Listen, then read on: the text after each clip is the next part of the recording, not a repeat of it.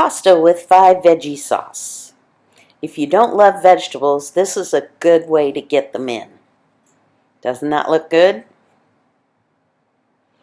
First, you gather all your ingredients, and I will list these in the notes. Of course, you always wash your hands first, 20 seconds. Then you're going to wash all your veggies, zucchini, carrot, pepper. You don't need to wash an onion. It has a skin. You're going to take that off. Okay, peel your carrot and save your scraps for compost. Then you're going to get your chef's knife. Cut your carrot into manageable size pieces. Flatten off one side and make your sticks. And once you get your sticks, you can cut them into cubes. You want small bite-sized pieces that will cook quickly so that you don't have one vegetable crunchy and another one mushy. Next is your zucchini. Once again, chef's knife. You're going to slice it and then cut the slices into quarters. You can peel a zucchini if you want, but the skin has all the vitamins and minerals, so you probably want to leave those on.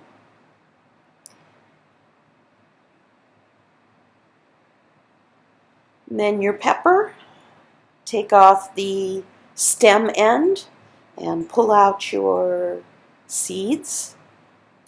Cut it halfway through and open it up. Those little white parts are called ribs.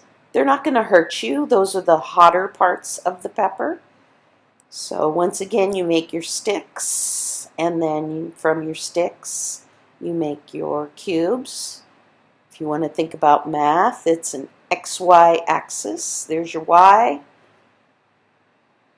Y, Y, and then go back and do your X.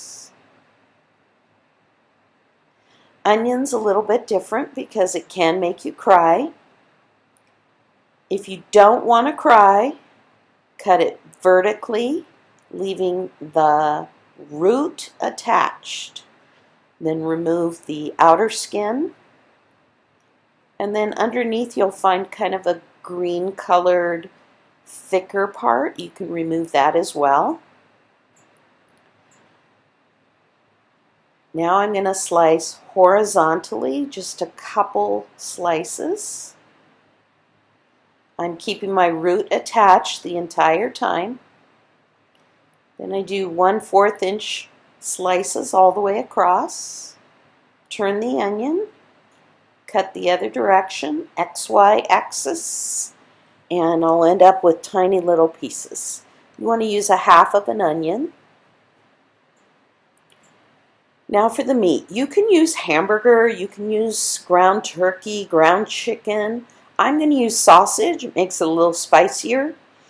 I have mild sausage and sweet sausage. It also comes in spicy, but I decided to use mild and sweet. With a sausage, you have to take the skin off. Of course, if you're using ground beef or ground turkey, you don't need to do this part. You just slice down the center and peel the skin off. And then, of course, you're going to sanitize your cutting board because it did have meat on it. You're going to use a frying pan, and you want it to have deep sides because there's going to be kind of a lot in here.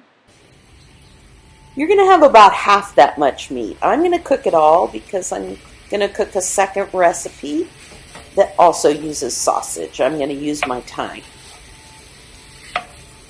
Okay, wood is probably not the best tool to use. It doesn't scratch the pan, but it doesn't chop up the meat very well. So I would use a coated spatula. You don't want to use the metal type because once again it'll scratch your pan. Don't use a knife or a fork. That'll scratch the pan, and the handle's a little too short. You might burn yourself. So I'm going to cook my meat until it is completely brown. Salt and pepper. And just keep chopping it and turning it until it is brown. Then I'm going to turn it off, and it's time to remove the grease. Remember to never pour grease in the sink. Oh, look at Pumpkin. He smelled the meat. To remove the grease, you need a can or a container of some sort and a lid. So I'm going to hold the meat back with the lid and gently pour it into the can. You can use a heat-proof glass bowl and then just scrape it out when you're done, or you can use a metal bowl. Plastic will be melted by the hot grease. And there it is. Pumpkin's still hopeful.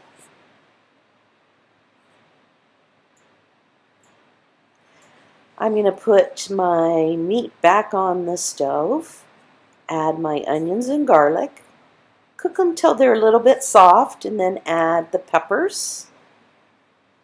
Once again, a minute or two till they're soft, and then my carrots. Now notice I did not use all of the carrots. It's kind of one of those things you have to judge when you see it. Zucchini goes last. Now red pepper flakes do add a little bit of heat, so if you don't like things hot or spicy, don't put that in. Keep cooking until your zucchini gets semi-soft.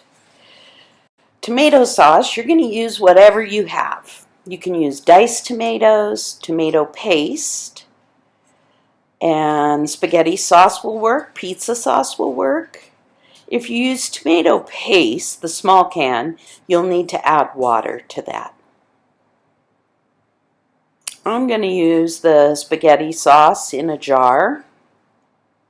I start with a whole jar and I mix it in. And then you just kind of look at it and see, do you want it a little chunkier or a little less chunky? I want it a little less, so I added another half jar. Now this is going to make about 6 to 8 servings. Next I add my seasoning, oregano and basil. It's a 2 to 1. Basil 2, oregano 1. And then my secret is I add a spoonful of brown sugar. Stir it in until everything is incorporated. And then look for small bubbles. Once you have that, you can turn the heat low, cover it, and just let it stay on that low heat for about 20 minutes.